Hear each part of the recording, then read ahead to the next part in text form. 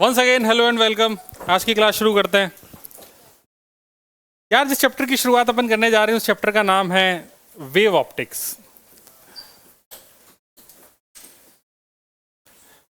Wave optics वैसे तो NCERT में काफ़ी कुछ था, लेकिन अभी बहुत कुछ हटा दिया गया है। तो जो हटा दिया गया है उसके बाद जो बचा हुआ है वो पढ़ना हमारे लिए बहुत आसान है। हाँ, चौंच बंद कर लेंगी दीदी लोग। पेन लेके नहीं आते हैं? अच्छा, आप नहीं लेके आए, गधे बच्चे। ओके। वेव ऑप्टिक्स में हम जिस चीज़ के बारे में पढ़ेंगे वो है लाइट की नेचर के बारे में।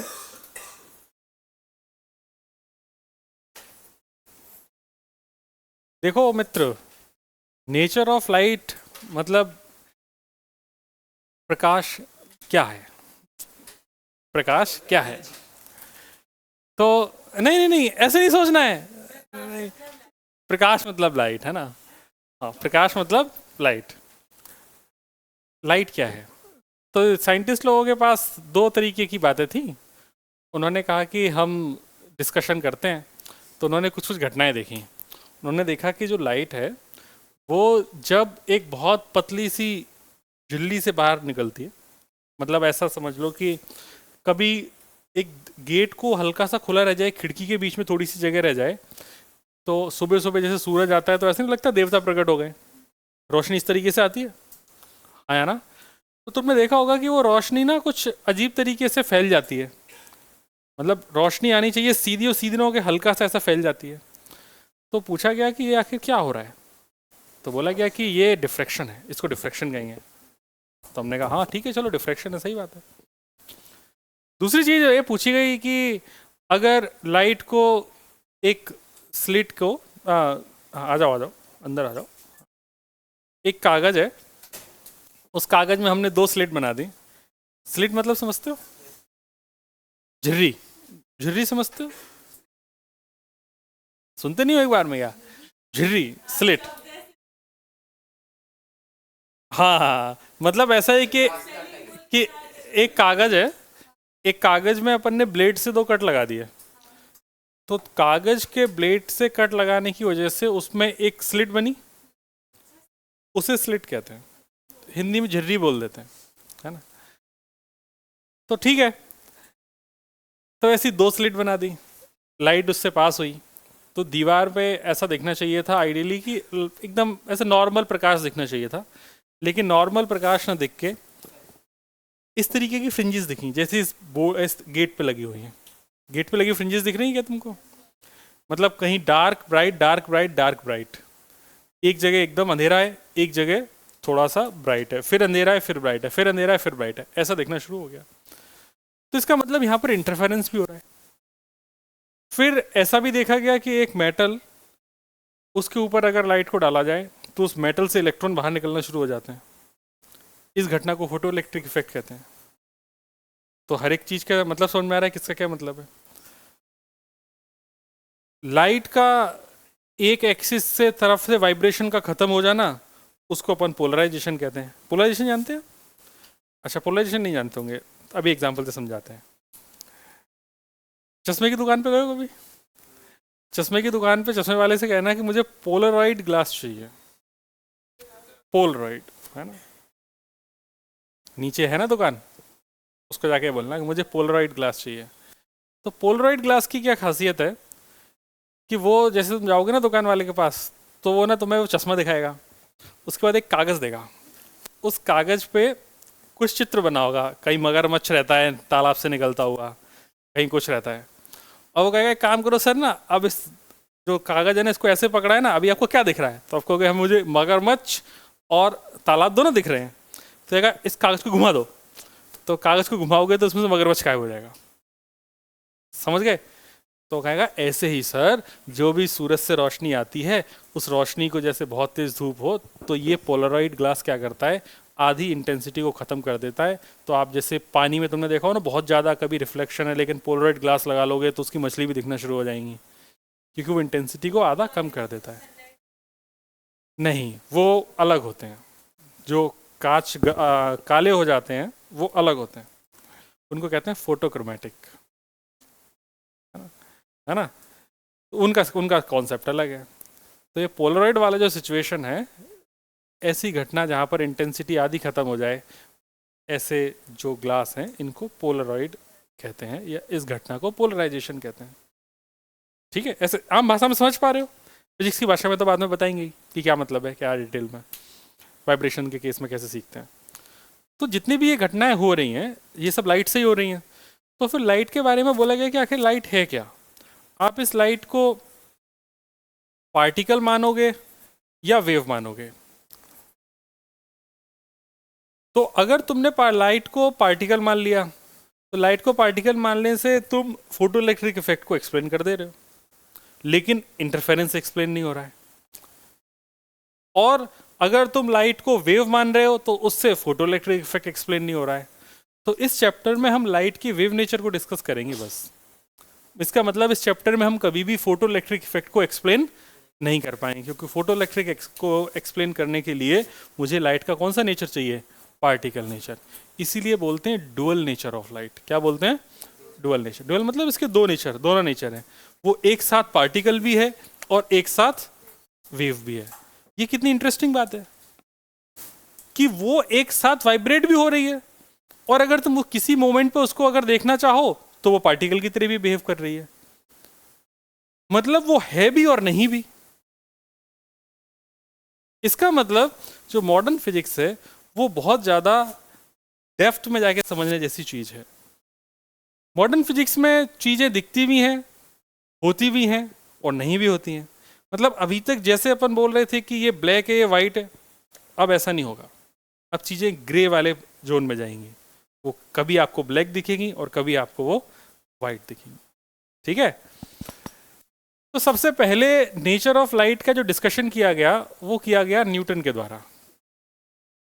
न्यूटन ने कहा हम बताएंगे लाइट क्या है।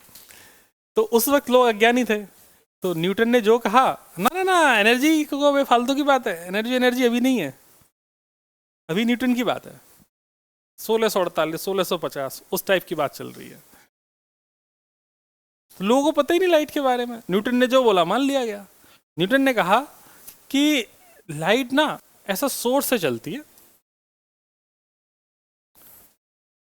और चलती है छोटे छोटे पार्टिकल्स के फॉर्म में। छोटे छोटे पार्टिकल्स, छोटे छोटे पार्टिकल्स हैं जो सोर्स से निकल रहे हैं।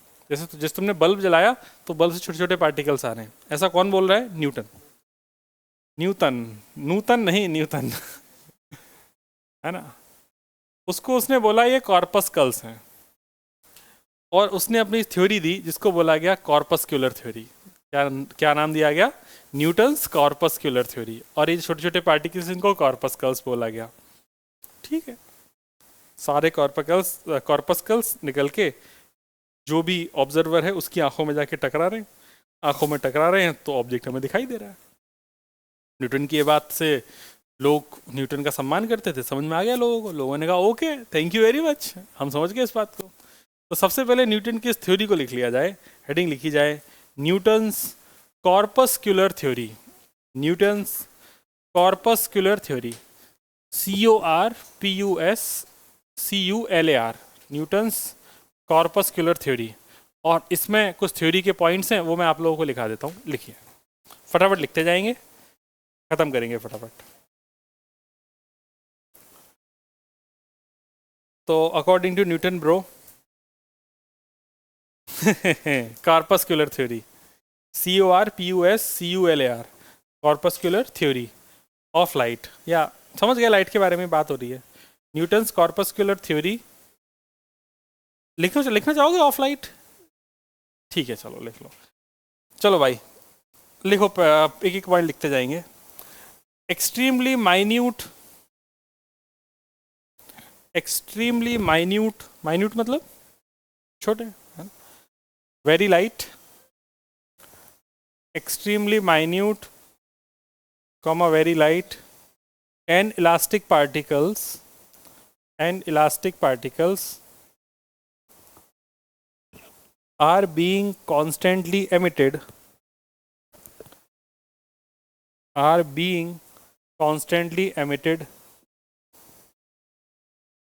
by all the luminous bodies मतलब source, by all the luminous bodies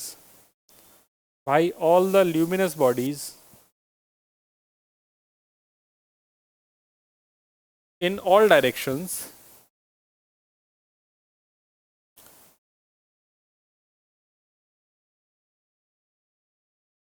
which are known as corpuscles, spelling सामने लिखी है, CORPUSCLES, ठीक है। अब इन कॉर्पस्कल्स के बारे में बात कर लेते हैं। CLES लिखा है ना, क्या हो गया गोलू? अच्छा, इसके बारे में लिख लिया जाए कि they travels with speed of light, next point, मतलब पॉइंट में लिख लो, they travel with speed of light,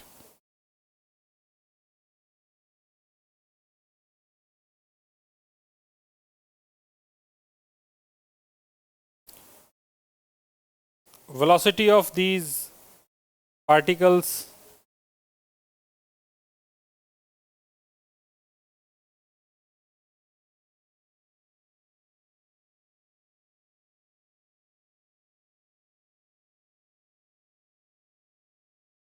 क्या लिखा अपन ने, velocity of these particles in vacuum is, vacuum में लाइट की स्पीड कितनी होती है? 3 इंटू 10⁸, लिख लेंगे 3 into 10⁸ metre per second. Next, different colors of light, next point, different colors of light are due to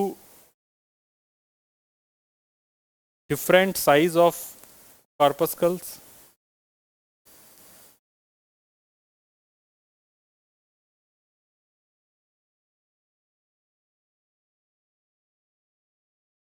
corpuscles,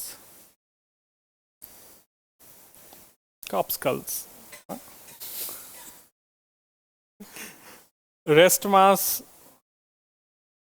mass is zero, इन particles के बारे में डिस्कशन चल रहा है ना, तो rest mass of corpuscles is zero,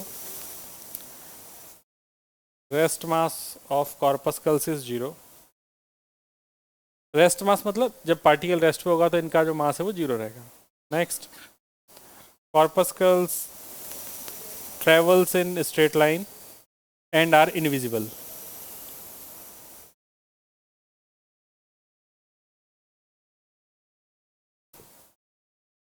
corpuscles travels in straight line and are invisible. Next heading छोटकू सी, phenomena explained by this theory, phenomena explained by this theory।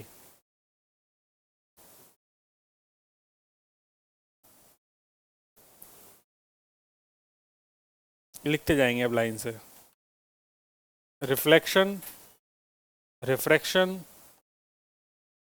Reflection, refraction, दोनों लिखना है, रिफ्लेक्शन कॉमा रिफ्रैक्शन, या next line जो भी लिखना चाहो। Next, rectilinear propagation of light, rectilinear propagation of light,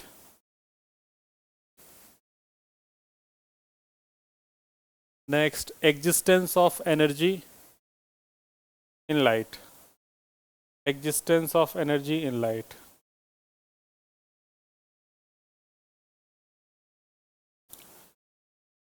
आगे लिखेंगे phenomena not explained by this theory, heading, phenomena not explained by this theory, phenomena not explained by this theory।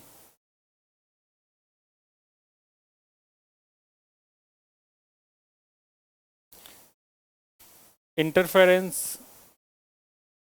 Particle मान लोगे तो interference तो आप डिफाइन कर ही नहीं सकते। Interference, diffraction, polarisation,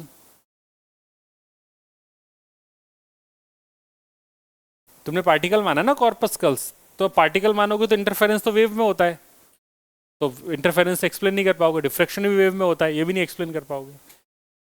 next TIR, polarisation भी नहीं करेगा। TIR, photo electric effect. अच्छा, फोटो इलेक्ट्रिक इफेक्ट ये इसलिए नहीं कर पाया क्योंकि न्यूटन ने इसको एनर्जी के बारे में कोई डिस्कशन ही नहीं किया। उसने बस बोला एनर्जी है, लेकिन ये डिटेल में डिस्कशन नहीं किया कि आखिर वो पार्टिकल्स किस तरीके से एनर्जी इलेक्ट्रॉन को देंगे और इलेक्ट्रॉन सरफेस छोड़ के बाहर निकल जाएगा। तो फोटो इलेक्ट्रिक इफेक्ट भी एक्सप्लेन नहीं कर पाया। एंड नेक्स्ट लिख लेंगे, हाँ हाँ, पानी का बोल देते हैं, ये दे दो बेटा। दीपक भैया, ये बच्चों के पास पानी नहीं है। नेक्स्ट लिखेंगे वेलोसिटी ऑफ लाइट, इसी में नेक्स्ट पॉइंट। और क्या, हाँ और क्या एक्सप्लेन नहीं किया है? Velocity of light greater in rarer and velocity of light greater in rarer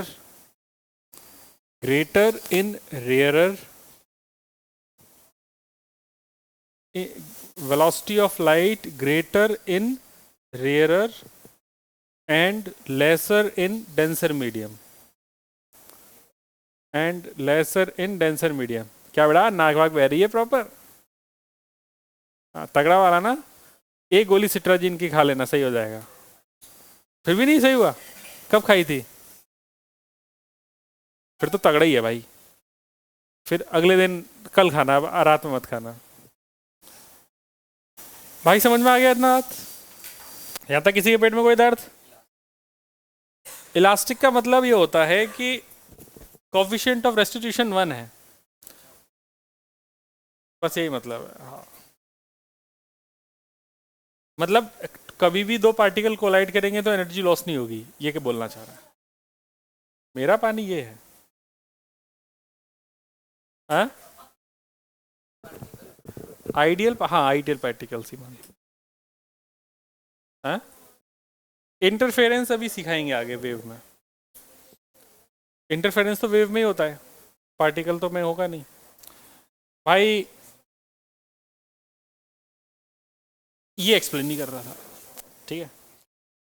next heading लिखी जाए ह्यूगन्स, हाइगन्स, जो भी बोलना चाहें। ह्यूगन्स, हाइगन्स, अच्छा स्पेलिंग नहीं आती, ओके। HUYGEN, अच्छा यू दो हो गए क्या? पूरे लिख देते हैं, HUYGEN, ह्यूगन या हाइगन, जो भी बोलना चाहो। HUYGEN, हाँ, ह्यूगन्स wave theory, ह्यूगन्स wave theory of light, ह्यूगन्स wave theory of light. भाई ह्यूगन ने कहा कि देखो भाई हम बताएंगे तुम्हें लाइट है वेव। तो लोगों ने कहा, एक्चुअली इसने ना वेव मानने के साथ साथ इसने बहुत ज़्यादा चीज़ें बताई, और इसने जो एक्सप्लेन किया उससे आप वेव जितनी भी तरीके की हैं हर चीज़ में एप्लीकेबल है। मतलब आपका काम सिर्फ ऐसा नहीं लाइट के लिए बात कर रहा है ये, कि जो भी थ्योरी बोलेगा, ये इसने जो वेव फ्रंट की थ्योरी दी उससे इसने बताया कि भाई हर वेव में ये वैलिड है, और वास्तविक वैलिड है। सही चीज़ पढ़ रहे हैं अपन, हमें नहीं। चलो भाई, तो इन्होंने कहा कि पूरी दुनिया में एक मीडियम है। हालांकि ये बात गलत है, लेकिन बोला है तो मानना पड़ेगा। उसने कहा कि पूरी दुनिया में मीडियम है। दुनिया मतलब ये अर्थ वाली नहीं, ब्रह्मांड समझ लो, पूरा स्पेस में एक मीडियम है, और एक हाइपोथेटिकल मीडियम है जिसका नाम है ल्यूमिनिफेरस, शायद स्पेलिंग यही है, ईथर, ल्यूमिनिफेरस ईथर, ठीक। और ल्यूमिनिफेरस ईथर है, जब भी लाइट आती है इस मीडियम से पास करती है और ये मीडियम आसानी से पास करा देता है। ये इसका एक छोटा सा कॉन्सेप्ट था। ल्यूमिनिफेरस ईथर के बाद जो इसने दूसरी इंपॉर्टेंट बात बोली वो बोली कि जो भी वेव है वो हमेशा वेव फ्रंट के फॉर्मेट में ट्रेवल करेगी। इसका बेहतरीन एग्जांपल है कि जैसे आपने कभी तालाब में पत्थर को फेंका है तो पत्थर तालाब में फेंकने पे वो कुछ लहरें बनती हैं, है ना। तो लहरें वो इस तरीके से बनती हैं, जैसे मान लो यहाँ पत्थर फेंका तो लहर ऐसे बनेगी, एक लहर, दूसरी लहर, तीसरी लहर, चौथी लहर, ऐसी बनेगी कि नहीं बनेगी। उसके बाद ऐसे आगे ट्रेवल करती जाएगी। तो यहाँ पर देख रहे होगे कि जो वेव है, जो लहरें हैं, वो इस तरीके से इनकी वेलोसिटी है। ये इंटरेस्टिंग बात है कि वेलोसिटी इनकी ऐसी है, लेकिन ये जो ट्रेवल कर रही हैं वो परपेंडिकुलर डायरेक्शन में ट्रेवल कर रही हैं। और इनका जो पूरा, अगर तुम वेव को का स्ट्रक्चर देखोगे तो वो हमेशा इसके प्रोपेगेशन के परपेंडिकुलर है हर जगह। ये बात दिख रही है, हाँ है ना। तो वेव जा ऐसे रही हैं, वेलोसिटी ऐसे है, और बन ऐसे रही हैं। तो वो सारे पार्टिकल्स, ये जो मैंने ये लाइन बनाई है वेव में, ये लाइन कैसे दिख रही है, ये बनती कैसे है कि जैसे ही इंफॉर्मेशन पहुंची, पत्थर गिरा, तो वो डिस्टरबेंस आगे ट्रेवल करेगा। आगे ट्रेवल कैसे करेगा कि वो आर रेडियस पे जितने भी पार्टिकल हैं सबको बोलेगा एक साथ ऊपर जाओ, तो सारे एक साथ ऊपर गए, तो एक वेव बन गई गोल गोल।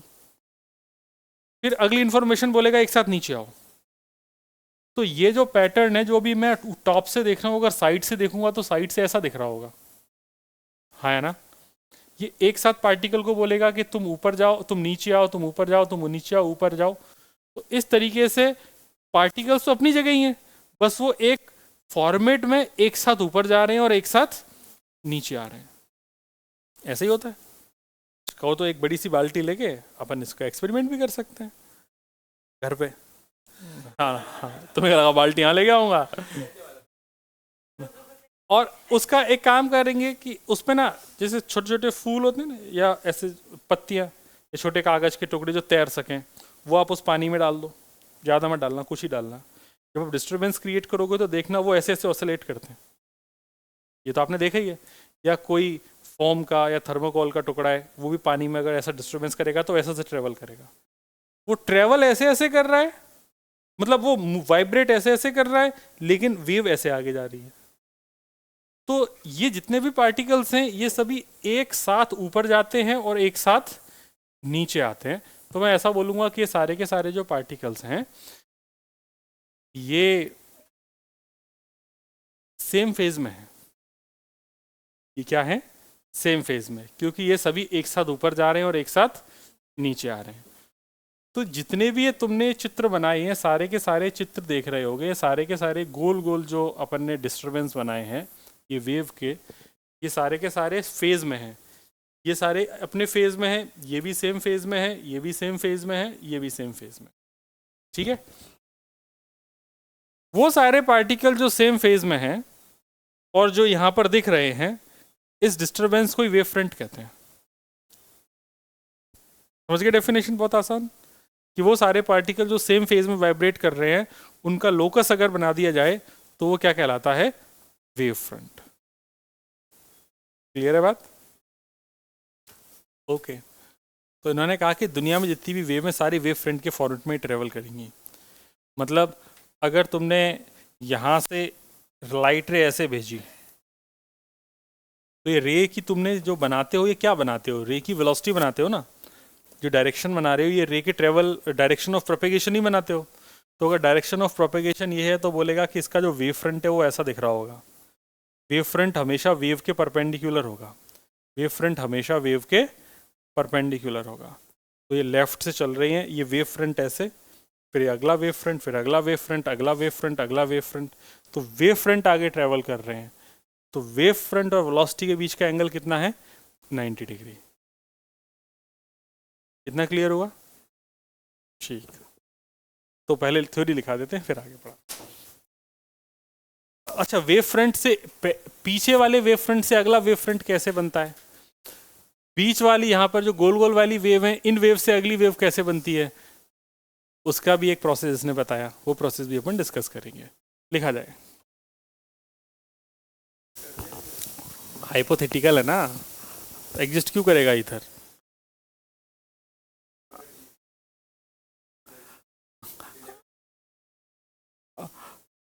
थ्योरी लिखी जाए, फिर फालतू की बातें नहीं करेंगे।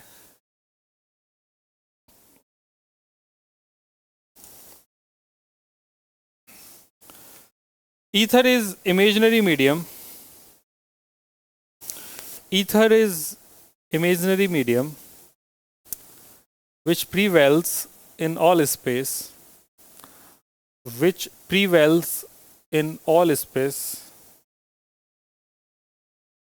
and is isotropic, perfectly elastic, and is isotropic, perfectly elastic and massless.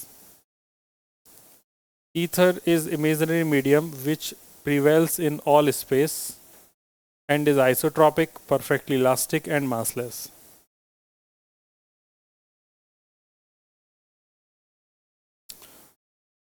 Next point, velocity of light in a medium is constant. Velocity of light in medium is constant but changes with change of speed. But changes with change of speed.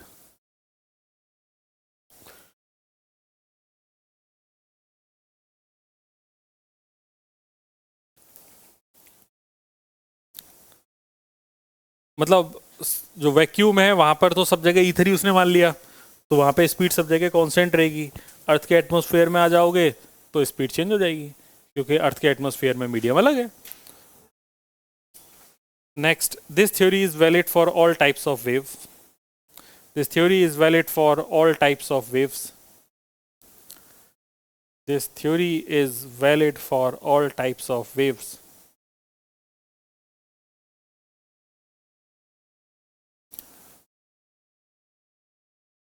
लिखो भाई अगला point, the locus समझते हो, path है ना, the locus of all the particles vibrating in same phase, locus of all the particles vibrating in same phase is known as wavefront. Locus of all the particles vibrating in same phase is known as wavefront. Next point, light travels in medium. Light travels in medium in the form of wavefronts. In the form of wavefronts.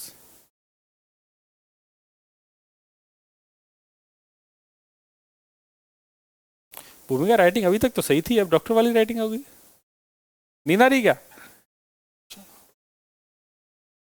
Next, तो भी cetirizine खा के आई है।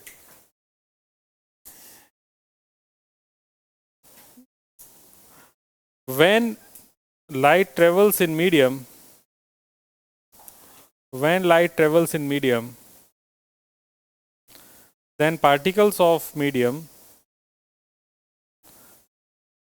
then particles of medium start vibrating, start vibrating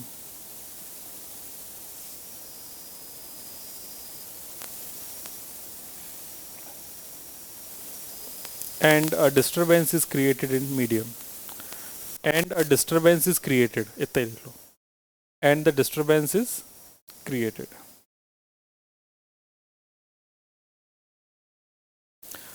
अगला point star mark करके लिखेंगे, every point on the wave front, every point on the wave front becomes the source of secondary wavelets. Every point on the wave front becomes the source of secondary wavelets. WAVELETS, wavelets. wavelets को underline कर लेंगे, है ना। It emits, इसी में continue लिखते जाएंगे, it emits secondary wavelets in all direction, it emits secondary wavelets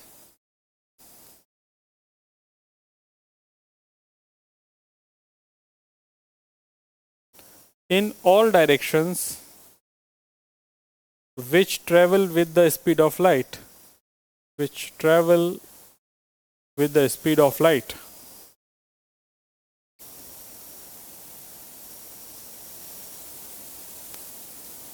Next, the tangent plane to these secondary wavelets, the tangent plane to the secondary wavelets represents new position of wavefront, represents new position of wavefront.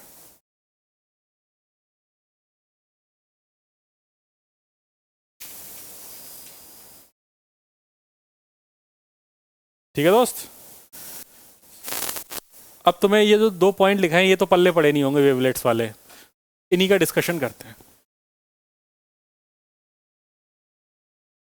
देखो यार, बात ये है कि ये एक source है, ठीक।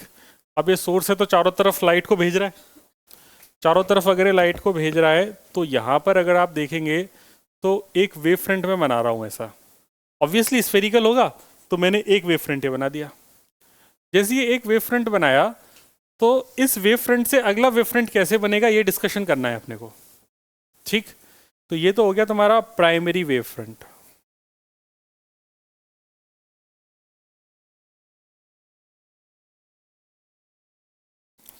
इससे अगला वेव फ्रंट कैसे बनेगा ये समझने के लिए इसने थ्योरी ये दी कि इसका जो हर एक पॉइंट है वो एक सोर्स की तरह काम कर रहा है, ठीक है। तो जैसे यहां पर अपन ने एक सोर्स बनाया तो इस सोर्स का काम क्या है, वेव फ्रंट्स को प्रोड्यूस करना, तो इसने अपना खुद का वेव फ्रंट बनाया, इसने भी अपना वेव फ्रंट बनाया, इसने भी अपना वेव फ्रंट बनाया, ऐसे अपन ने कुछ वेव फ्रंट ऐसे बना लिए क्योंकि सारे के सारे सोर्स हैं। तो उसने कहा कि भाई ये जो तुमने ये नए सोर्स अज्यूम करके जो वेव फ्रंट पे जो नए वेव फ्रंट बनाए हैं इनका नाम वेव फ्रंट नहीं है। उसने बोला ये हरे वाले बोले जाएंगे सेकेंडरी वेवलेट्स। अब पॉइंट्स पढ़ो, जो पॉइंट पढ़ो सेकंड लास्ट जहां पे सेकेंडरी वेवलेट का जिक्र हुआ है, समझ में आ गई बात, ठीक। उसके बाद उसने बोला कि यार अब जब तुमने सेकेंडरी वेवलेट बना लिए तो इससे देखो प्राइमरी वेव फ्रंट के बाद सेकेंडरी वेव फ्रंट बनाने के लिए आप ये जितने भी पॉइंट्स हैं ना इन सब पे जो भी सोर्स हैं इन पे एक टेंजेंट बनाती हुई एक प्लेन बनाओ। तो मैंने टेंजेंट बनाता हुआ एक प्लेन बना दिया। तो ये वाला प्लेन दिख रहा है क्या आप लोगों को? पीला वाला थोड़ा सा मतलब चाहो तो तुम पहले गोला बना देना, पहले ये प्लेन बना लेना फिर गोला बनाना अंदर, ठीक है। तो ये पीला वाला दिख गया। ये जो पीला वाला है ये पीला वाला है आपके लिए सेकेंडरी वेव फ्रंट जो कि नया आपने प्रोड्यूस किया है। तो मेथड सीख गए कैसे प्रोड्यूस करना है। पहले प्राइमरी वेव फ्रंट बनाओ, उस पर अपने मन से सोर्स मान लो, सोर्स पे गोला बना लो, गोला बना लिए मतलब सेकेंडरी वेवलेट बन गए, सेकेंडरी वेवलेट पे टेंजेंट बना दो, टेंजेंट बना के आपको सेकेंडरी वेव फ्रंट मिल जाएगा। चमक गई बात। इस तरीके से अब यहाँ पर हर एक पॉइंट सोर्स की तरह काम करेगा तो फिर एक और बन जाएगा। ऐसे आगे ये वेव ट्रेवल करती रहेगी। यहाँ पर जो प्रोपेगेशन होगा उसकी डायरेक्शन ये होगी, ये इसकी वेलोसिटी होगी, ठीक है। बनाओ चित्र, उम्मीद करते हैं समझ में आ गया होगा। ये तुमने कौन सा बनाया है, ये थोड़ा सा स्फेरिकल टाइप का है। अगर तुमको नॉर्मल प्लेन बनाना है तो प्लेन कैसे बनाओगे, प्लेन बनाने का भी तरीका है। प्लेन बनाने के लिए ये एक हो गया, इसको एक प्राइमरी हो गया एक सेकेंडरी हो गया। इन प्राइमरी और सेकेंडरी में बस अब तुमको क्या करना है, इस तरीके से सोर्स बना के काम कर लो।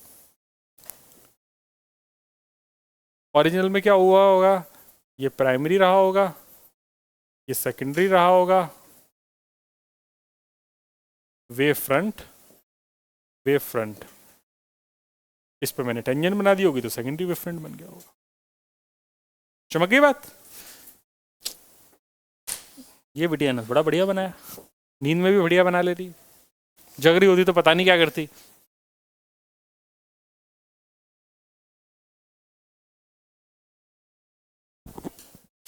क्या बेटा? कौन सी वाली? आज? आज कहाँ बारिश हो रही थी? अच्छा, मैं बाहर गया नहीं, मैं आया था तब तो नहीं हो रही थी, मैं आ गया था ना आज।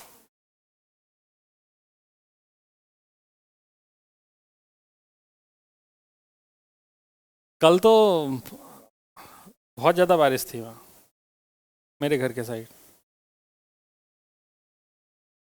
हाँ। हम्म। कि यार पानी अपना ये इधर उधर रखो।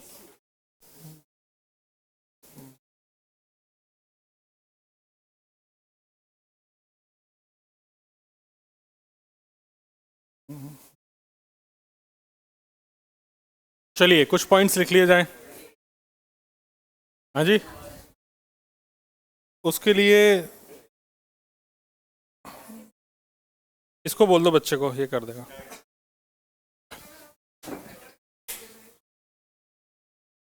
ठीक है, कुछ पॉइंट्स और लिखो।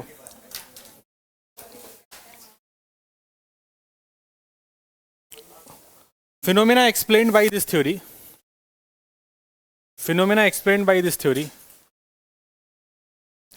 phenomena explained by this theory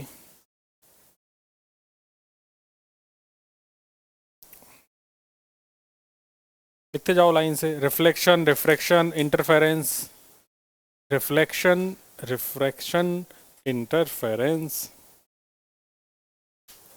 reflection, refraction, interference,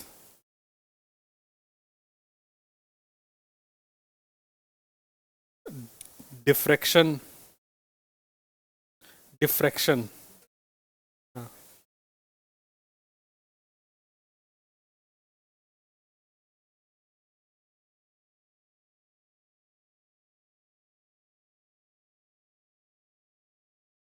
rectilinear propagation of light, rectilinear propagation of light,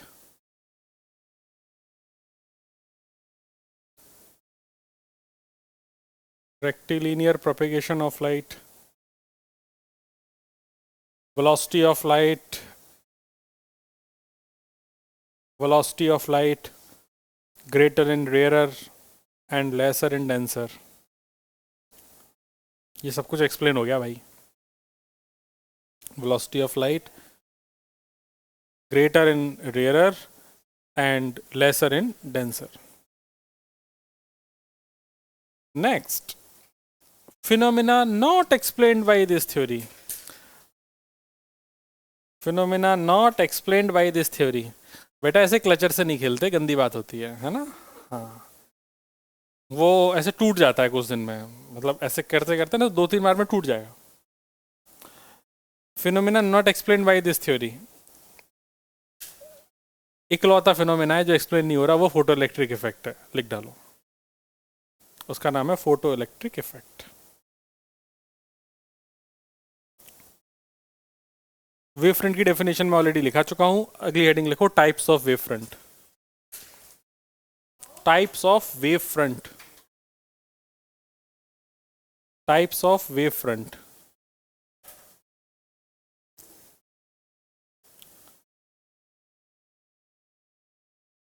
ठीक है, मैं तुमको ना 3 वेव फ्रंट दिखा रहा हूं। ढेर सारे तरीके के होते हैं, मैं सिर्फ तुम्हें 3 अभी बताऊंगा, बाकी होते ढेर सारे तरीके के। मतलब तुम इमेजिन करोगे वही वेव फ्रंट बन जाएंगे, लेकिन उसके लिए बस वेव को थोड़ा नचा के दौड़ाना पड़ेगा।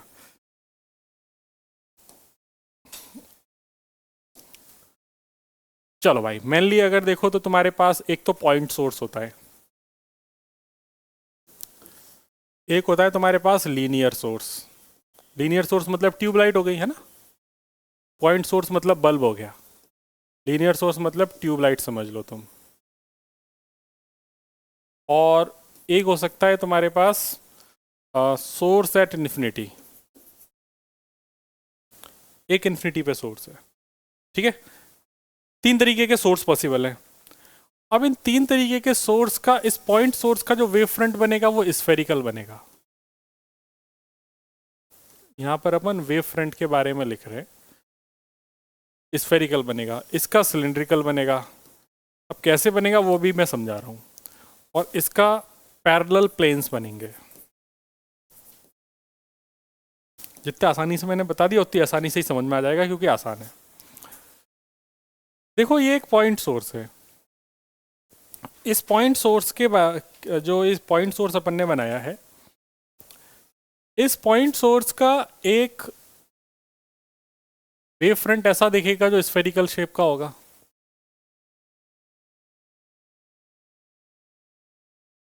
अरे रुक जा देवी, रुक जा।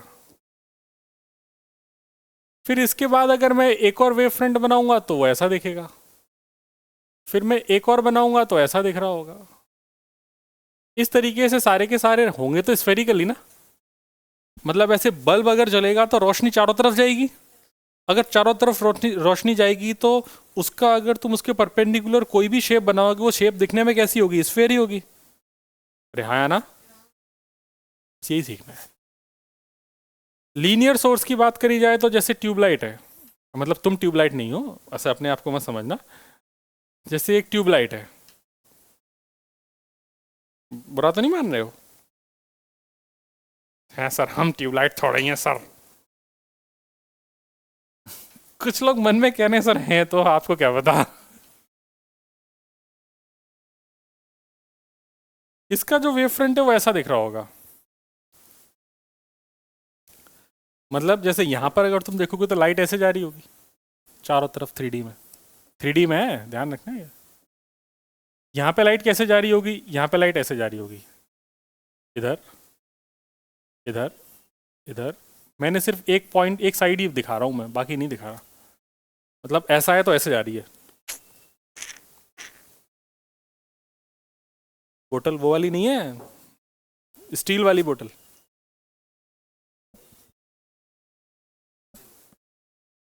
ये हाँ ना। लाओ लाओ बेटा, इतनी बड़ी तो तुम नहीं हो जितनी बड़ी बोतल है। ऐसे उठाती कैसे ऐसे? अच्छा बैग में रख देती इसलिए उठ के चली जाती है। जैसे सिलेंडर है, ये सोर्स है, हो गया है ना यार।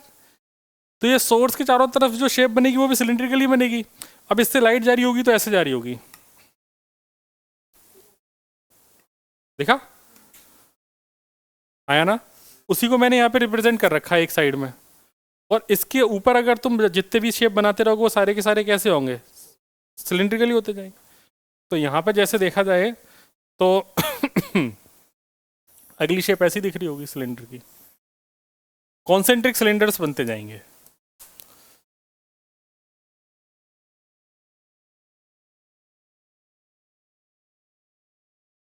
ठीक है ना? पीला वाला सोर्स है और बाकी दोनों वेव फ्रंट है कि नहीं? चलो फिर बात आती है पैरेलल प्लेन्स की। तो पैरेलल प्लेन्स की वजह से मैं ग्रीन से ना प्रोपेगेशन ऑफ वेव दिखा रहा हूँ। वेव ऐसे जा रही है तो यहाँ पे बनेंगे पैरेलल प्लेन्स। ये वेव की वेलोसिटी है। पैरेलल प्लेन्स अपन पीले रंग से दिखा देते हैं इस तरीके से, क्योंकि अब तुम एक प्लेन के परपेंडिकुलर, मतलब अगर ऐसे कोई झाड़ू, झाड़ू देखी, झाड़ू झाड़ू सीख वाली, सीख वाली झाड़ू, नारियल वाली, नारियल सीख कड़क वाली, है ना? झाड़ू लगाई नहीं आंटी हो तुमने कभी? कभी नहीं लगाई ना। इसीलिए इसीलिए घर वाले मम्मी काम नहीं करा रही तुमसे। सीख वाली नहीं देखी? नारियल की देखी? नारियल की झाड़ू।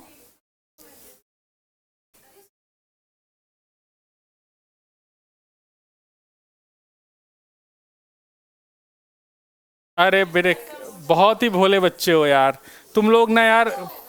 हाँ, दुकान पे जाया करो कभी कभार सामान लेने। तुम लोगों ने वो झाड़ू नहीं देखी? हाँ बिल्कुल। तुम लोग जानते हो? देखा, मम्मी काम कराती है, फायदा है बेटा। देखो पढ़ाई में फायदा हो रहा है कि नहीं हो रहा है? हाँ हाँ, वही वाली।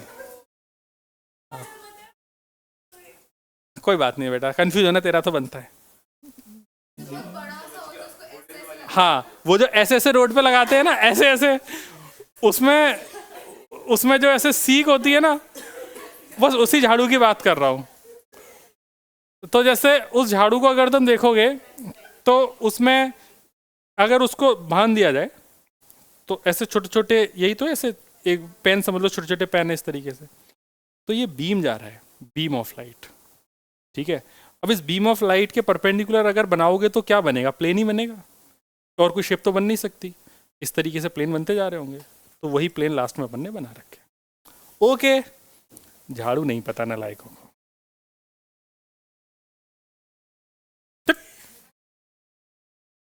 पक्का पता है?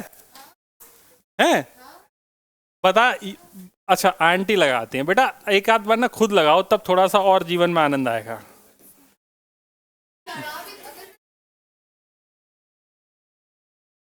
बेटा प्रैक्टिस मेक्स विमेन परफेक्ट, क्योंकि हमें तो ऐसा पढ़ा है प्रैक्टिस मेक्स मैन परफेक्ट, लेकिन हम तो भाई जेंडर इक्वलिटी वाले व्यक्ति हैं। हम थोड़ी चाहते हैं कि भाई महिला परफेक्ट ना रहे, हम तो बिल्कुल चाहते हैं महिलाएं परफेक्ट रहे। पीपल मतलब थोड़ा मजा नहीं आता है। झाड़ू लगाने से झाड़ू परफेक्ट लगेगी, मम्मी की डांट नहीं खाने को मिलेगी। तो बेटा अपनी हरकतें सुधारो, मम्मी कम डांटे फिर। स्फेरिकल पॉइंट ऑफ सोर्स की बात करी जाए तो यहाँ पे जो एम्पलीट्यूड है वो प्रोपोर्शनल टू होता है, ए दीदी चुप रहे, 1/r², और इसीलिए, अरे चुप रहे, इसकी जो इंटेंसिटी है वो हो जाती है प्रोपोर्शनल टू, क्या हो जाएगी इंटेंसिटी, इंटेंसिटी प्रोपोर्शनल टू हो जाएगी 1/r, या a² हो जाएगा, तो I प्रोपोर्शनल टू यहाँ पे 4πr², intensity per unit area amplitude, तो ये 1/r होगा, तो ये हो जाएगा I प्रोपोर्शनल टू 1/r², ऐसा होगा, ठीक है, समझ गए? ठीक, यहाँ पर क्या बोलोगे, यहाँ पर एम्पलीट्यूड प्रोपोर्शनल टू होता है 1/√r, तो इंटेंसिटी प्रोपोर्शनल टू हो जाएगी 1/r। यहाँ पर एम्पलीट्यूड भी कांस्टेंट है तो इंटेंसिटी भी कांस्टेंट हो जाएगी। ये आपको 3 टाइप के सोर्स लिख लेने चाहिए। ये तुमने क्या किया बेटा, कौन सी नकल कर रही हो ये? कुछ कहना चाहती हो तो बताओ। अच्छा, तो ऐसे पत्रों में लिख के आप भेजेंगी? ठीक, ऐसे ऐसे लोग ना पहले जो अपनी मित्रों को ऐसे मैसेज भेजा करते थे, क्या लिखा है, अब खा जाए इसे। क्या तुमको सोर्स समझ में आ गए तीनों टाइप के? एम्पलीट्यूड किस चीज का होगा, वेव फ्रंट का या वेव का? एम्पलीट्यूड किसका होगा, वेव का या वेव फ्रंट का? वेव का ऑब्वियसली। इंटेंसिटी भी किसकी होगी, वेव की। इंटेंसिटी क्या होती है, पावर अपॉन एरिया, है ना, और इंटेंसिटी प्रोपोर्शनल तो होती है एम्पलीट्यूड का स्क्वायर। इंटेंसिटी किसके प्रोपोर्शनल होती है, एम्पलीट्यूड का स्क्वायर। ये ध्यान रखना, ए एम्पलीट्यूड है और आई इंटेंसिटी है, इस बात को भी लिख दो। ए एम्पलीट्यूड है मानना है अपन ने, and I is intensity of wave, इस बात को भी लिख लिया जाए।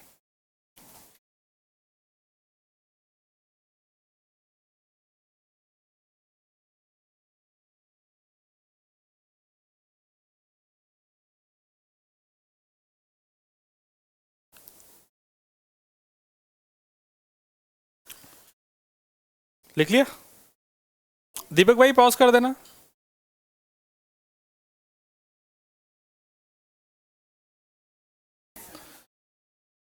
अगली हेडिंग लिखी जाए, रिफ्रैक्शन ऑफ प्लेन वेव। बेटा शांत हो जा। Refraction of plane wave using Huygens principle. Huygens भाई साहब के प्रिंसिपल के हिसाब से अब अपन रिफ्लेक्शन रिफ्रैक्शन इन दोनों को देखेंगे। तो पहले हम रिफ्रैक्शन को देखना चाह रहे हैं, ठीक है, डन। चलो, तो रिफ्रैक्शन का गेम अपन ने क्या पढ़ा था कि एक तो ये प्लेन सरफेस है, थोड़ा सा बना देते हैं, मज़ा आएगा तुम्हें।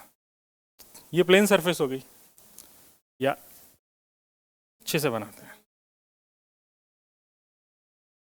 ये प्लेन सरफेस हो गई। थोड़ा मज़ा नहीं आया, अब ठीक है, एकदम बोर्ड के मिड पॉइंट पे। इस प्लेन सरफेस पे देखा जाए तो लाइट रेज ऐसी आ रही हैं, ग्रीन कलर से लाइट रेज आ जाती हैं, ढिचकियाँ, और थोड़ा ढिचकियाँ बनाते हैं, ढिचकियाँ देख रही हैं दोनों पैरेलल, ठीक। अगर इनका वेव फ्रंट अगर बनाया जाए तो वेव फ्रंट कुछ ऐसा दिख रहा होगा,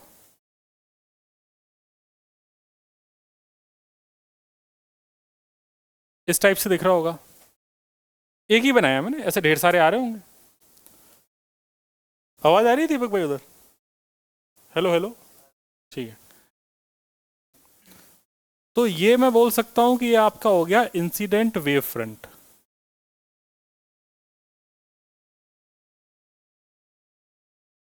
ओके, अब यहाँ पे समस्याएं शुरू होती हैं समझने के लिए। वो ये कि भाई ये दो रे तुमने भेज रखी हैं कि दो तो रे समझाने के लिए, बाकी या तो वेव फ्रंट ही रहा है, वेव फ्रंट के फॉर्मेट में ही चीज़ें आ रही हैं। ये वेव फ्रंट सबसे पहले कहाँ पे टकराया होगा? इस पॉइंट पे। इस पॉइंट का नाम मैंने दे दिया ए। जैसे इस ए पॉइंट पे टकराया तो उस वक्त वेव फ्रंट का दूसरा हिस्सा कहाँ पे होगा? तो उस वक्त वेव फ्रंट का दूसरा हिस्सा यहाँ पे होगा। इस पॉइंट का नाम मैंने दे दिया बी। ये वेव फ्रंट ऐसे आगे चलता आ रहा है, यहाँ पे आया तो ये हिस्सा हो गया ए, ये हिस्सा हो गया बी। ये डेरिवेशन है, काम का है और पेपर में आता है, तो अच्छे सुनना। जब तक ये वेव फ्रंट ए से लेके बी तक, ये ए बी तक आया, इसके बाद ही इसके एक हिस्से का एनकाउंटर इस मीडियम में हुआ। ये एक ऐसा मीडियम है जो ऊपर वाला हिस्सा तो रेयरर है और नीचे वाला हिस्सा डेंसर है। ऊपर वाले हिस्से में लाइट की स्पीड v1 है, नीचे वाले हिस्से में लाइट की स्पीड v2 है, ठीक है। Tau is the time taken by रे। इस रे का नाम मैं दे देता हूं बी, इस पॉइंट का नाम दे देता हूं बी डैश, इस पॉइंट का नाम दे देता हूं A dash. B B dash from B to C. ये बी से सी जाने में जो इसने टाइम लिया वो कितना लिया? टाउ। टाउ जी, टाउ टी, जो भी मानना चाहो मान लो।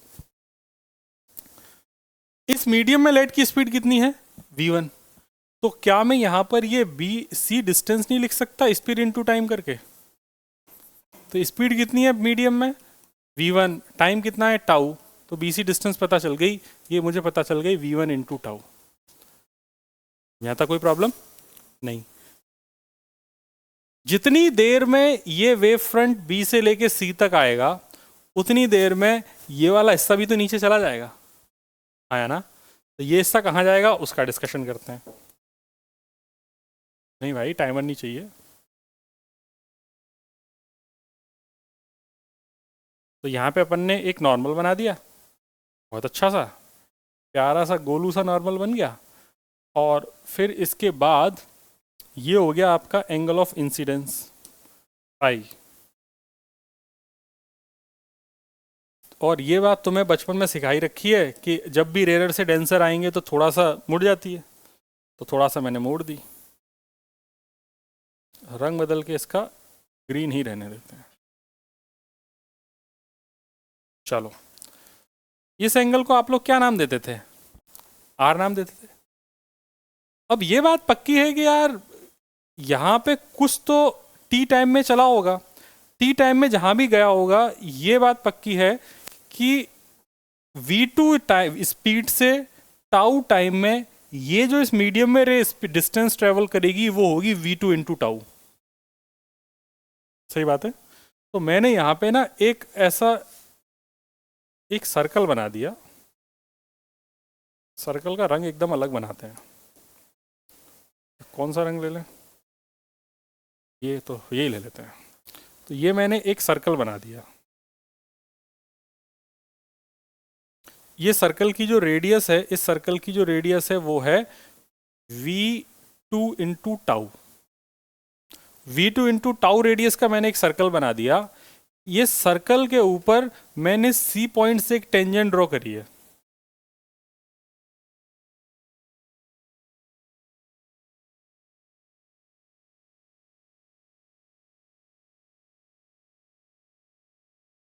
क्या आपको टेंजेंट दिख रही है? वास्तव में टेंजेंट नहीं है, ये वेव फ्रंट ही है।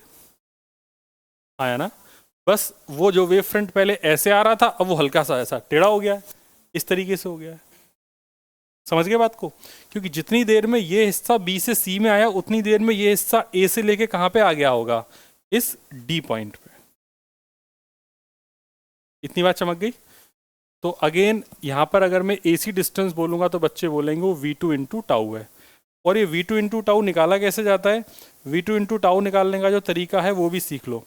v2 इंटू टाउ निकालने का तरीका क्या है कि मैंने यहाँ से v2 इंटू टाउ का एक मैंने सर्कल बनाया, इस सर्कल के ऊपर यहाँ से एक टेंजेंट बनाई, जहाँ पर ये दोनों मिले वहाँ से मैंने इस लाइन को ड्रॉ कर दिया, तो ये एंगल को नाम मैंने आर दिया है। इससे ये पता चल गया कि आखिर एग्जैक्टली कहाँ पर रे कितनी घूमी होगी। समझे बात को? वापस से बोलें, वापस से बोलें। हमने क्या किया कि मैंने इसके बाद ये रे कहाँ गई मुझे नहीं पता है, ये पता करने के लिए मैंने जो कॉन्सेप्ट इस्तेमाल किया वो ये किया कि जितनी देर में बी से लेके सी तक ये चलेगी, उतनी देर में ये ए से लेके कुछ दूरी चलेगी। वो दूरी मैंने निकाल ली, v2 स्पीड इस मीडियम में लाइट की है, तो वो दूरी हो गई ए डी है। ये दूरी हो गई v2 इंटू टाउ। तो मैंने यहाँ पे v2 इंटू टाउ का एक सर्कल बना दिया, एक आर्क बना दिया। v2 इंटू टाउ का सर्कल बनाने से इस सी पॉइंट से मैंने एक टेंजेंट बनाई, वो टेंजेंट जहाँ पर टच करी, इस पॉइंट को और इस पॉइंट को मैंने मिला दिया, तो मुझे इस रे की फाइनल पोजीशन पता चल गई। ठीक है? और ये जो एंगल है इसको आप आर बोलते थे, याद करो रिफ्लेक्शन में। आ गया ना सब याद? ठीक है। तो डियर बच्चा पार्टी, तुमने यहाँ से इस पर परपेंडिकुलर ड्रॉप किया है, तो ये एंगल कितना है? 90। ये एंगल 90। यहाँ से तुमने इस पर परपेंडिकुलर ड्रॉप किया तो ये एंगल भी कितना है? 90। अब जरा बोर्ड पर नज़र बना के रखेंगे।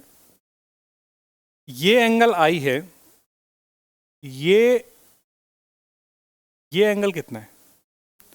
90 माइनस आई, क्योंकि तुमने परपेंडिकुलर तो दोनों पर ही ड्रॉप किया है ना। तो ये 90 है, तो ये भी कितना था? 90। तो ये वाला कितना बचा? 90 माइनस आई। तो ये वाला कितना हो गया? आई। क्यों? क्योंकि ये टोटल भी तो 90 है। एंगल में कोई डाउट? अब यहां पे समझो, ये तुमने एंगल कितना माना है? आर। ये आर है, ये 90 है, तो ये वाला एंगल कितना हो गया? 90 माइनस आर। कितना हो गया? 90 माइनस आर। नहीं समझे? अरे पापियो, ये आर है, ये टोटल 90 है, तो कितना बचा? ये 90 माइनस आर। अब ये बड़का सा ट्रेंगल दिख रहा है, ये जो ट्रेंगल तुमको दिखाई दे रहा है ये वाला, इस ट्रेंगल में ये वाला एंगल तुम्हारा 90 माइनस आर है, ये वाला एंगल है 90 डिग्री। तो ये एंगल कितना हुआ? आर। तो ये वाला एंगल आर हो गया। एंगल्स में कोई डाउट किसी को? No sir. तो सारी कहानी समझ में आ गई। जो बात मैंने बोली है इस बात को शब्दों में भी लिखना रहेगा आपको जब आप पेपर में लिखेंगे, इसका जो भी डेरिवेशन लिखेंगे। तो जो भी चीज़ मैंने शब्दों में बोली ना कि वेव फ्रंट इंसिडेंट हुआ, फिर जितनी देर में यहाँ से यहाँ चला उतनी देर में ये भी चली, फिर मैंने यहाँ पे एक आर्क बनाया, उस आर्क पे टेंजेंट बनाई, टेंजेंट जहाँ पे टच करी वहाँ से मैंने इसको मिला दिया, तो एक रे बन गई। तो इसमें सबसे इंपॉर्टेंट ये चित्र ही है। तुम भले ही शब्द नहीं लिखोगे, लेकिन ये चित्र सही बनाओगे तो तुम्हारा काम हो जाएगा। अब यहाँ पर दोस्त तुम्हें कुछ कुछ ट्रेंगल्स दिखाई दे रहे हैं। एक ट्रेंगल तुमको दिख रहा है, ट्रेंगल ए बी सी, दिखा क्या? और एक ट्रेंगल दिख रहा है, ट्रेंगल ए सी डी। दोनों ट्रेंगल दिख गए। अब अगर इस ट्रेंगल में मैं एक टर्म लगाऊं जिसको अपन बोलेंगे साइंस आई, तो साइन आई अगर लगाया जाए तो साइन आई कितना हो जाएगा? तो बच्चे बोलेंगे देखो सर, साइन आई हो जाएगा मेरे पास, इससे आगे ये परपेंडिकुलर हो गया, दैट इज बी सी, और अपॉन बेस और हाइपोटेनियस हो गया ए सी। बी सी की वैल्यू कितनी है? v2 टाउ डिवाइडेड बाई ए सी। किस में निकाला अपन ने ये? ट्रेंगल ए बी सी में। अच्छा v1 टाउ, प्रिंटिंग एरर। अपन एक ही एक ट्रायंगल करके लिख देते हैं।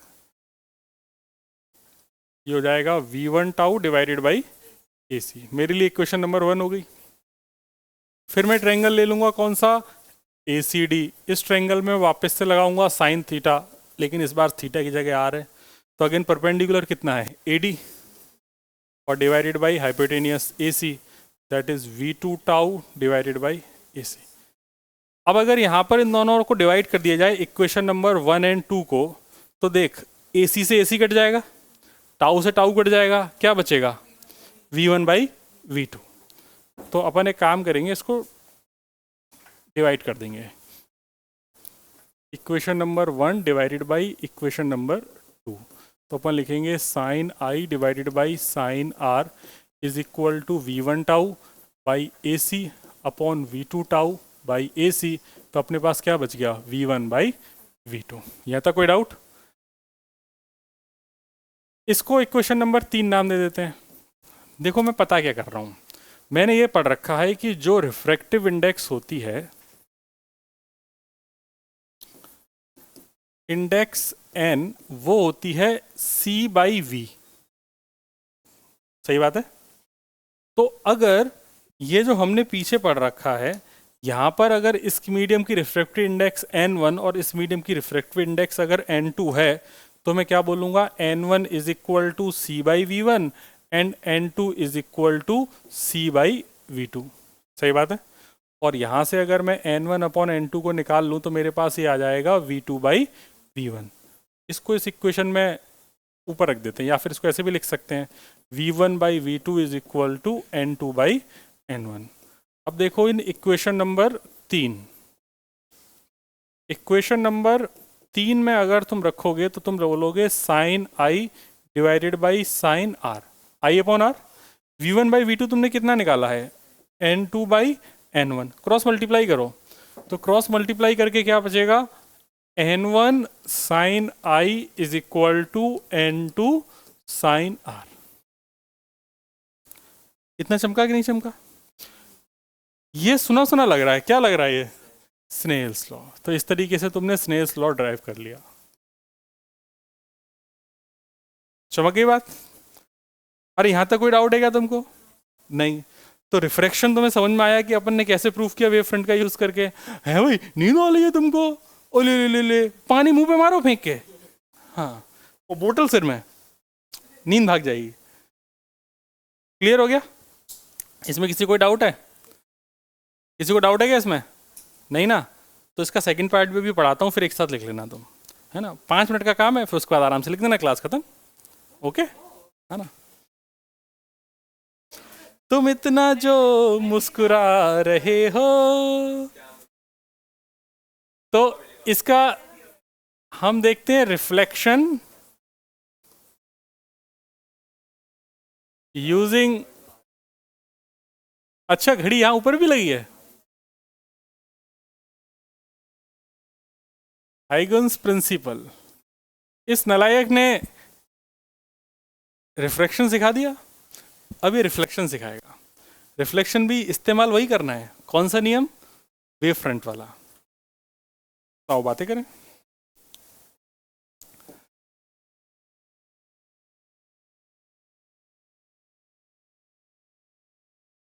आज वो देविका नाम की लड़की नहीं आई क्या? है? आई है क्या? नहीं? अगेन कहानी वही सेम है। कहानी क्या है दोस्त, मतलब थोड़ा ऐसा बना लो, मीडियम थोड़े हिस्से में बांट देते हैं अपन। तो कहानी ये थी कि हमारे पास रेज आ रही थी, और नहीं नहीं गंदी बात, थोड़ा नीचे बनाते हैं। हमारे पास रेज आ रही थी, तो अपन ने रे को ऐसा भेजा, और इसके पैरेलल अपन ने एक और बना ली। आजा, अरे आई नहीं, नहीं ऐसा थोड़ी होता है। कैसे कॉपी होता है? कॉपी क्यों नहीं हो रहा है आज? अरे हाँ गया ना, अरे यार, नहीं नहीं मजा आ गया ना, देखो ज़्यादा हो गया। समझ में आ गई दो रे? ये तो रेस बनी है, लेकिन ह्यूगेंस के हिसाब से क्या है, रे ऐसे ट्रेवल ही नहीं करती। रे कैसे ट्रेवल कर रही है? In the form of wave front. तो अपन वेव फ्रंट बनाएंगे, तो अपन ने वेव फ्रंट बना लिया।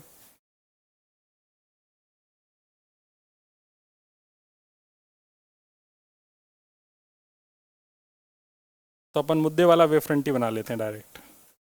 ये हो गया मेरे लिए इंसिडेंट वेव फ्रंट।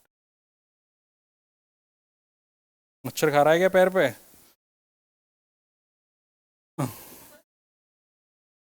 अरे भाई यार, मच्छर वच्छर मत खा। हैं? क्या करें? ऐसा तो डरा रही है कि मुझे? ऐसा तो नहीं पैर में कोई गुदगुदी करके चला जा रहा है मेरे? हाँ। तो मित्र, ये हो गया एंगल 90 डिग्री, ठीक। अगेन नामकरण सेम रखते हैं, इसका नाम ए रखते हैं और इस पॉइंट का नाम अपन ने बी रखा था, है ना, और इस पॉइंट का नाम सी रखा था। इस वाले एज का नाम ए डैश रखा था, इस वाले एज का नाम अपन ने बी डैश रखा था, और ऐसा माना था कि रेज इस तरीके से नीचे आ रही हैं। यही गेम था। फिर इसके बाद अपन ने यहाँ पे एक नॉर्मल बना लिया था, और नॉर्मल बनाने टक टक टक टक टक टक टक बन गया। और यहाँ पे ये एंगल हो गया मेरे लिए एंगल ऑफ इंसिडेंस आई के बराबर। यहाँ तक किसी को कोई डाउट नहीं है? कहानी सेम है। बीसी डिस्टेंस v1, या यहाँ पर अगर अपन लाइट की स्पीड v मान लें, v is speed of light in medium, तो ये जो डिस्टेंस BC है ये v इंटू टाउ हो जाएगी कि नहीं हो जाएगी? तो BC डिस्टेंस को अपन लिख देंगे v इंटू टाउ। तो मैंने यहाँ पे लिख दिया।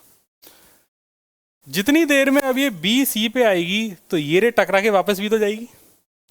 अब ये रे टकरा के कितना वापस डिस्टेंस ट्रेवल करेगी? तो इंटरेस्टिंग बात ये है कि अब ये यहां से टकराने के बाद ये सेम मीडियम में जाके वापस जा रही है। सोच के देख, क्या ये सेम मीडियम में जा रही है या मीडियम चेंज हो रहा है? तो इसकी स्पीड तो सेम ही रहेगी। जितनी डिस्टेंस B से लेके C तक ट्रेवल हुई है उतनी डिस्टेंस टकराने के बाद ये A से लेके D तक ट्रेवल करेगा। तो इसको पता करने के लिए कि मैं यहाँ पे कैसे पता करूँ कहाँ गई कैसे गई, तो उसके लिए मैंने एक सर्कल ड्रॉ कर लिया, और सर्कल की जो रेडियस है वो रेडियस मैंने कितनी मान ली? तो सर्कल अपन बना लेते हैं, बड़ा बड़ा सर्कल बनाएंगे।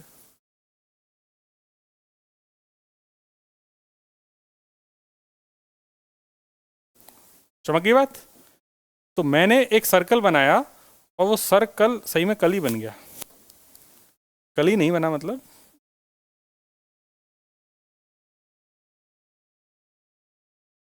ऐसा बनाया। ये सर्कल बनाया जिसकी रेडियस कितनी मानी मैंने? v tau. v tau radius का सर्कल बनाने के पश्चात मैंने यहां से एक टेंजेंट को ड्रॉ कर दिया। तो आओ टेंजेंट को ड्रॉ करें। तो यहां पर अपन ने एक टेंजेंट को ड्रॉ कर दिया, और इस टेंजेंट को ड्रॉ करने के बाद ये टेंजेंट ने जहां पर इसको कट किया इस वाले पॉइंट पे, इस पॉइंट को इससे मिलाते हुए मैंने एक रे बना दी, जो कि रे का रंग है पीला। अरे गंदी बनी है, मजा नहीं आया, ज्यादा हो गया।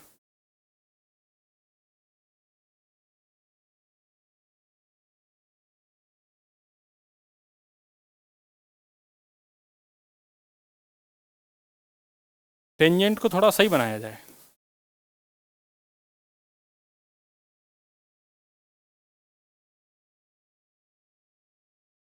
ठीक है, तो समझ गए ना कहाँ पे टेंजेंट है? तो थोड़ा सा और सही से बनाएं तो आजा। ऐसे कैसे समझ गए? अभी जब तक हम नहीं बोलेंगे समझ गए, तब तक कैसे समझ गए? तो तुमने एक रेडियस बना ली, इस रेडियस में ये जो डिस्टेंस है ए से लेके डी तक, ये ए से लेके डी, ये हो गया तुम्हारा v टाउ, ये हो गई तुम्हारी रेडियस ऑफ सर्कल या रेडियस ऑफ आर्क जो तुमने बनाया है। और यहाँ पे टेंजेंट बना के ये एंगल टेंजेंट बनाइए, तो टेंजेंट रेडियस पे हमेशा क्या रहेगी? परपेंडिकुलर। और एडी डिस्टेंस भी तुम्हारे पास किसके बराबर है? v टाउ के। आओ अब थोड़ा मैथ्स खेल लें। ये एंगल आई है, इस एंगल को मैंने आर नाम दे दिया, इससे कोई प्रॉब्लम है क्या तुमको? नो। आर देने से पहले बाकी चीज़ें समझा देते हैं। ये एंगल आई है तो ये वाला एंगल कितना होगा 90 माइनस आई, तो ये वाला एंगल कितना हो गया आई। यहाँ तक कोई प्रॉब्लम? No sir. अब देखो ये वाले एंगल को तुमने क्या नाम दिया है आर, ये वाला एंगल आर है तो ये वाला एंगल क्या हो जाएगा 90 माइनस आर, ये एंगल 90 है तो ये वाला एंगल कितना हो गया आर। बस ये ध्यान रखना। चमक गई पूरी बात? चाहो तो इसको हटा दो ताकि कंफ्यूजन ना रहे। तो तुम्हें यहाँ पे कितने ट्रायंगल दिखाई दे रहे हैं? दो दिखाई दे रहे हैं कि नहीं?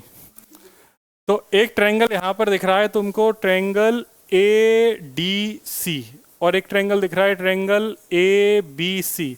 मैंने स्मार्ट काम कर दिया, नाम दोनों जगह सेम रखे हैं। पहले वाले चित्र में भी नाम यही थे और इस वाले चित्र में भी नाम यही है। अब इन दोनों ट्रायंगल्स को देखो तो यहाँ पे जो एंगल ए डी सी है वही ट्रायंगल ए बी सी है और उसकी वैल्यू 90 डिग्री है। दिख रहा है कि नहीं दिख रहा? और एक और इंटरेस्टिंग बात यह है कि जो डिस्टेंस ए डी है वही डिस्टेंस बी सी है और वही डिस्टेंस वी टाउ के बराबर है। एंगल भी बराबर हैं, ये दोनों साइड्स भी बराबर हैं और ए सी इसमें कॉमन है। ए सी इज कॉमन।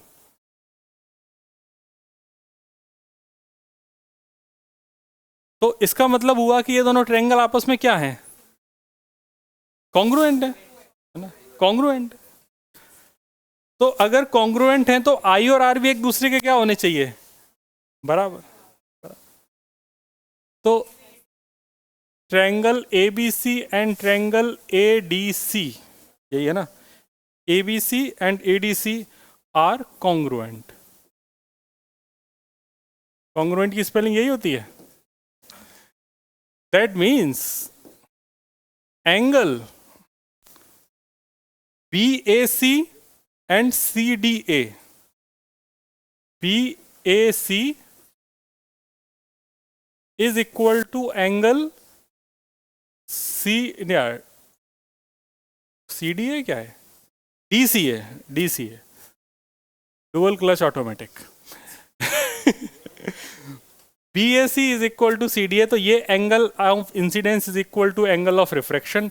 इसको तुमने लॉ ऑफ रिफ्रैक्शन पढ़ा था कि नहीं पढ़ा था? तो बस यही है लॉ ऑफ रिफ्लेक्शन। प्रूफ कर दिया तुमने, किसकी हेल्प से? ह्यूगन्स, हाइगन्स, जो भी बोलना चाहो, उनके प्रिंसिपल के हिसाब से आपने इसको प्रूफ कर दिया। ठीक है, आज की क्लास को अपन यही समाप्त करेंगे। आज के लिए इतना ही। Thank you very much. Deepak भैया कट, स्टॉप कर देना।